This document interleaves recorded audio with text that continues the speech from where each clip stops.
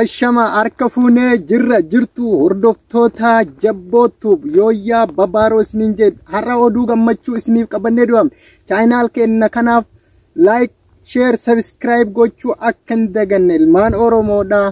Guyyaa har'aa maal qabatte jettanii nagaafachuun keessan hin ooluu walumaan itti laallaa jechuudha waan har'a isinii qabadhee dhufe.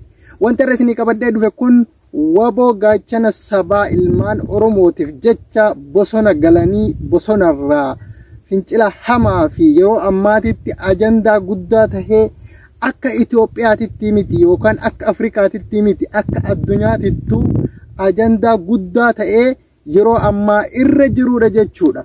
Kanaafuu waboon gaachana sabaa akkasuma warri waboo jaallattan diina waboo waan hin tahiniin jechuudha.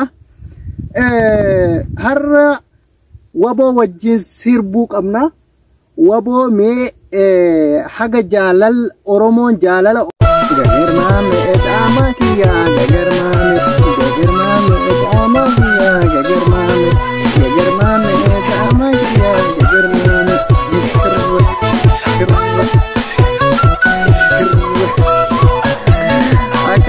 marka fuunee jirra jirtu turtiin keenya waboo fi abdii saba wajjin isin jenne jirra. Nufaana turaan afeerra keenya.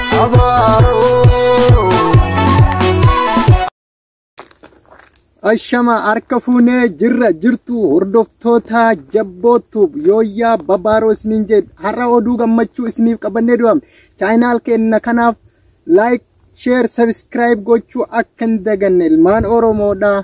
Guyyaa har'aa maal qabatte jettanii nagaafachuun keessan hin ooluu walumaan itti laallaa jechuudha waan har'a isinii qabadhee dhufe.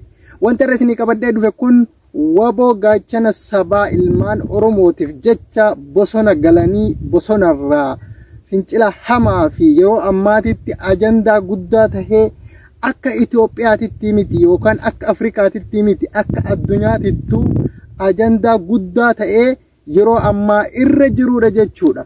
Kanaafuu waboon gaachana sabaa akkasuma warri waboo jaallattan diina waboo waan hin tahiniin jechuudha. Har'a waboo wajjin sirbuu qabna. Waboo mee haga jaalal Oromoon jaalala Oromoon waboodhaaf qabu wajjumaan ilaallaa. Nafaana turaan afeerraa kiyya kun gamanatti na daawwadhaa isiniin barbaada. Shira alaaf keessa cabsee asiin ga'ee qabsu warra. Shira alaaf keessa cabsee asiin ga'ee qabsu warra. Shira alaaf keessa cabsee asiin ga'ee qabsu warra.